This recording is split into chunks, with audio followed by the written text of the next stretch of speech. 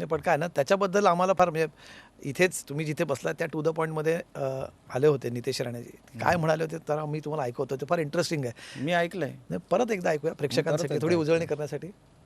मोठ्या बंधूंचं मार्गदर्शन घेतात कारण ते ट्विटरवरच मार्गदर्शन करतात. हा पण आता माझी तीच अपेक्षा आहे मोठ्या बंधूंनी कधीतरी ट्विटरवर मार्गदर्शन न करता वैयक्तिक मार्गदर्शन सुरू केलं तर मलाही त्याचा थेट फायदा होईल. का बरं पण ते असं म्हणजे आम्हाला गमतीशीर वाटलं ते म्हणजे ते ट्विटरवरती तुम्ही घरात बोलण्यापेक्षा ट्विटरवरती का बोलतात भावाशी. सगळं आधुनिक जग झालेलं आहे.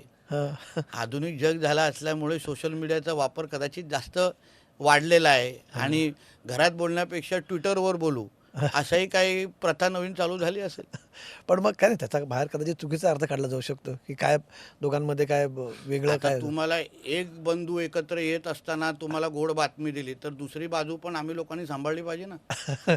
म्हणजे ते एकत्र आले आणि मग तुमचं समझदारों को इशारा काफी आहे. नाही असं काय आहे का. ते तुम्ही ज्येष्ठ पत्रकार आहात तुम्हाला सगळं माहिती आहे.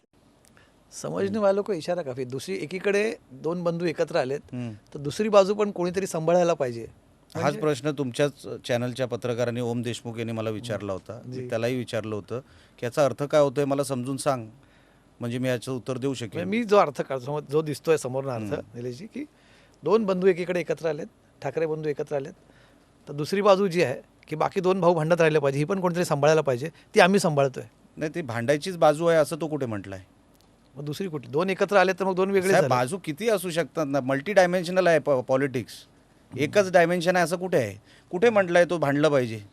मग दुसरी बाजू तुम्ही ठरवलं ते की हे भांडणाचं बोलतोय. मला असं कुठेही त्याच्या बोलण्यातून वाटलं नाही हा त्या डायमेन्शन. समजणे वाले को इशारा काफी असं ते म्हटलेत मी त्यांना म्हटल्यावर ते. मग माझी समजती आहे साहेब कदाचित मी